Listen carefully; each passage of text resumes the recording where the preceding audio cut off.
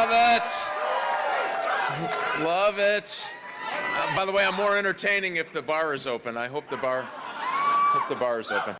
Don't pay any attention to the polls you see on the TV. We're tracking it precinct by precinct. There are no trends that we can find in those numbers. Trust me, this is going to be a very long night.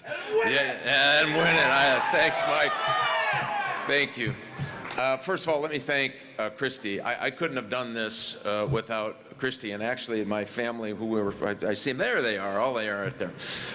We were all celebrating that 80th birthday. They probably didn't realize how important that event was to getting us in the race up in Escanaba. I know Aunt Barb, there she is. Hey, Aunt Barb. Hey. She was going to become the unofficial mascot of the campaign for a while. We appreciated that.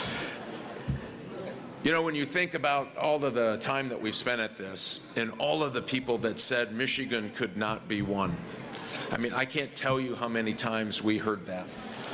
I couldn't tell you how many times people said it just isn't competitive enough to be interested in helping out in a state like Michigan.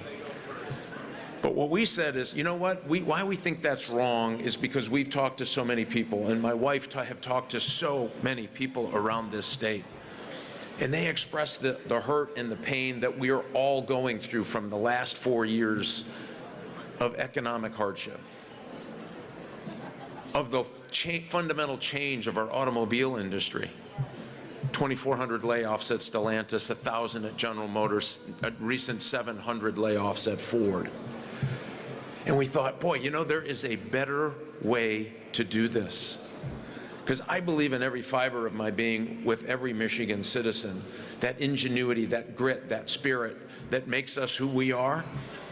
We knew that if we engaged that, we could be competitive in this state.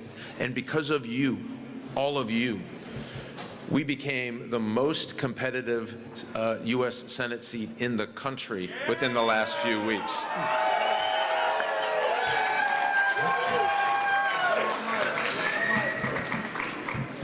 And so my wife, we've been joking along the campaign trail. I say my wife and I decided about, I don't know, maybe 2 months ago that we would split our time. Oh, come on, that's funny, people. Right on, lighten up. She didn't think it was funny either, by the way. She said, don't tell that joke. So she was going to the west side, I was going to the east side, and then we would cross again. And we just started doubling our numbers and doubling our conversations and getting people excited about this race.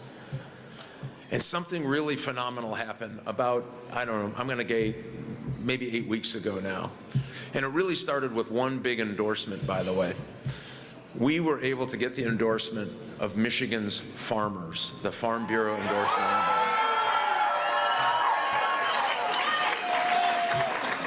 They hadn't endorsed a Republican in this seat since 2006. And they decided that this was the time, because we sat down and talked to farmers and we worked through their issues and decided that the regulatory burden that was coming out of Washington, D.C. was a bit too much. And this was the first time in our history we had to import more food than we exported. And as I like to say about farmers, trust me, in politics, they know where BS belongs. It's on the field, right? And when they did that, people sat up and took notice. 45,000 family farmers, 1 million agri-workers across the state took up and took notice. And we could fundamentally start seeing the switch, like, hey, maybe something's going on here. Maybe people are more engaged than they have been in the past. Maybe people are saying, this is not a state to give up on. This is a state to work for. And through the weeks, yeah, you bet. And then we created the best, and I'm not just saying this, the best ground game in the country. Yeah.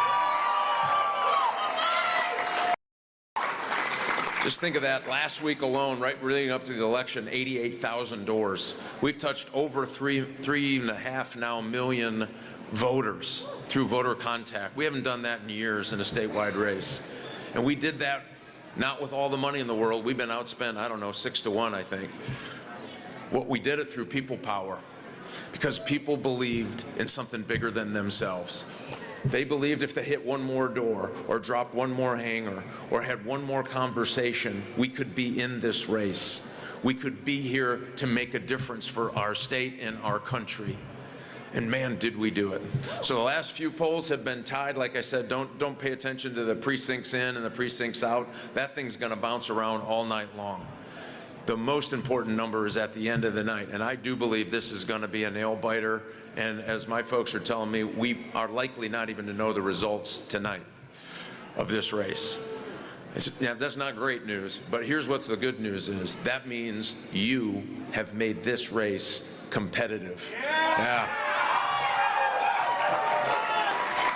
So for all of those people that we've had the good fortune to talk to, the police officers who believed that they have been mistreated over the years, for the farmers who are under siege right now in their ability to put food on our table, for the auto workers who are terrified about their future, for the Teamsters who have talked to me yesterday who said our number of car hauls is going down and we can see it, which means layoffs are coming for them too. For the teachers who are saying, man, we need some help. Hey, there they are. For the men and women of the United States military who are saying, man, please just give us a service worthy of our service. Think of that. All of those people, and we have talked to all of them, who are ready to do something different for this state.